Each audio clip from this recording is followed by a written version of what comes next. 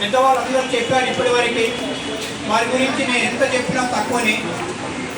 నేను ఈరోజు ఈ స్థితిలో ఉన్నానంటే వారు అయోధ్య రామారావు గారి మార్గదర్శకం లోపల వారినే ఆదర్శంగా తీసుకున్నాను. తర్వాత నేను మొదటి నుండి ఇప్పటి వరకు కూడా వాణికేతన విద్యాసంస్థ చైర్మన్, ఇప్పుడు ప్రెజెంట్గా నేను ఆంటీ అని పిలుస్తాను. విజయ మేడం గారిని విజయ అంటేనే పిలుస్తాను ఇప్పటికి కూడా. అయితే నేను వారు వస్తారని అనుకున్నాను, రాలేదు కాబట్టి ముందే వెళ్ళి కలిసి వచ్చాను. నాకు ఈరోజు చాలా అంటే చాలా సంతోషంగా ఉంది. నేను ఈరోజు ఈ పొజిషన్లో ఉన్నానంటే నాకు వాళ్ళ మార్గదర్శకంలోనే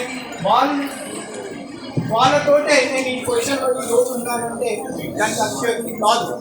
అందుకే సార్ గురించి కానీ ఆంటీ గురించి కానీ మనం ఎంత చెప్పినా తక్కువే.